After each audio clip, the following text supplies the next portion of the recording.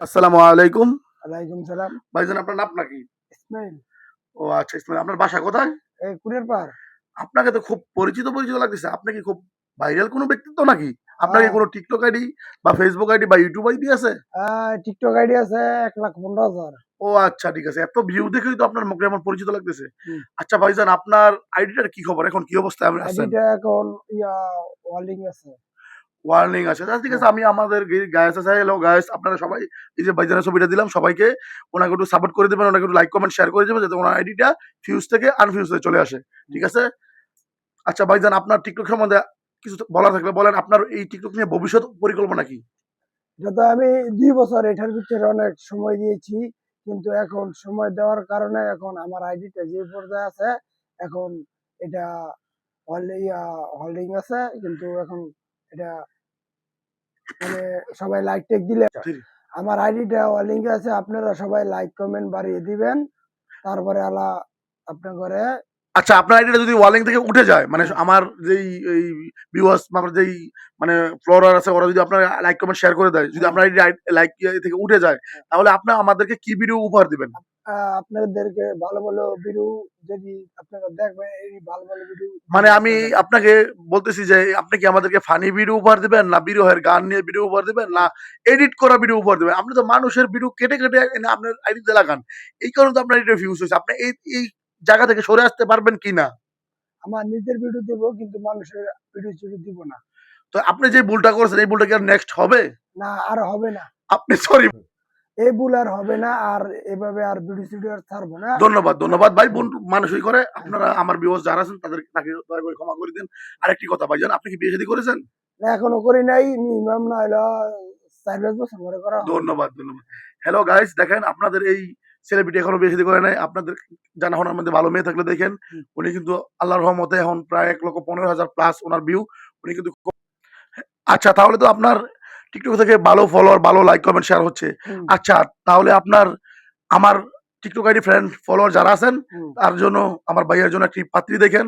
সে income এখন খুবই ভালো আশা করতেছি Facebook থেকে, TikTok থেকে, YouTube থেকে হুম, ভালো ইনকামই হচ্ছে।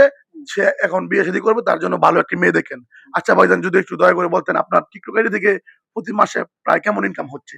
না এটা তো কওয়া যাবে না। এটা প্লিজ যদি আমাদের এই ভিউজ জন্য আমার দিক তাকায়া একটু আপনি আমার যেহেতু আপনার আইডিটা দেখেন ভাইজান একটু বলেন না প্লিজ। আমার না দর্শক এটা আপনার কাছে আমি জানতে চাচ্ছে। মিডিয়াতে আমি এটা বলি না। বললে আমার সমস্যা। দর্শকের জন্য একটু কষ্ট হলেও আপনি বলেন। কারণ আপনার আচ্ছা, এতে সমস্যা তারা আপনাকে লাইক কমেন্ট শেয়ার করবে। আচ্ছা যাক আপনি বলতেছেন যখন আমি বলি ইয়ার বড় গেছে বছর আমি ৩৭,০০০ টাকার মতো উড়িয়েছিলাম।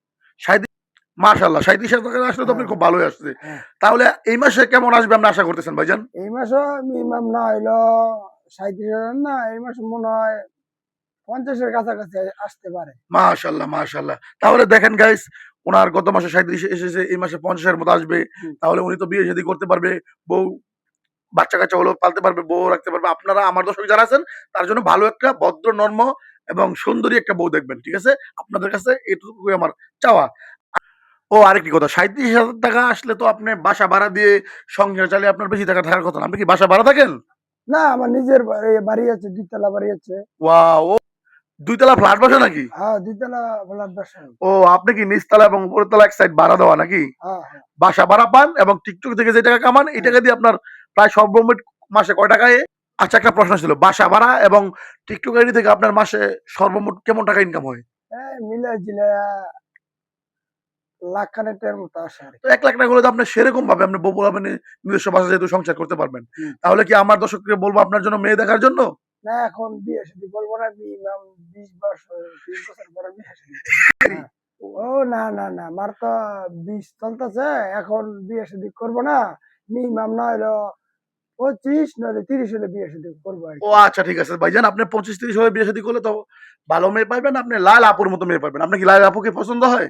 না এটা এখন কেন? সম্ভব না। লায়লা আপু তো প্রচুর টাকার মালিক। উনার তো ঢাকা শহর ৪ টা বাড়ি আছে। না, উনার জন্য এই সেলিব্রিটি মামুন সহ পাগল। তাহলে আপনি কেন বিয়ে করবেন? আপনি কি মামুনের থেকে উপরে? না আমি এরকম জায়গায় যাব না। আমি হয়তো বড়লোকের জায়গায় যাব না। আমি একটু নয় সাদাসিধা একটু গরিবের মধ্যে যাব। যাতে ভালো বলতে শোনেন পারে জীবনে আরকি। বাঁচতে গেলে টাকা আমি কেন লায়লাকে বিয়ে করব? আমারও তো টাকা পয়সার কোনো অভাব নাই। আপনি যে লাইলাকে অপেক্ষা করে কথা বলতেছেন। আপনি কি প্রিন্স মামুন থেকে উপরে প্রিন্স মামুন তো লায়লার পিছনে পিছনে হাবুডুবু খায়, ঘুরাফিরা করে। আমি এখানে মনে করেন লালাকে বিয়ে করবো কেন? আমার কি টাকা পয়সার অভাব আছে? তারপরে হইলো গিয়া আরেক হইলো গিয়া এই না প্লেস মামুন তো সে নাপিত, তাহলে ওর কথা বলেন কেন? আমার পিছনে তো অনেক মেয়ে ঘুরে।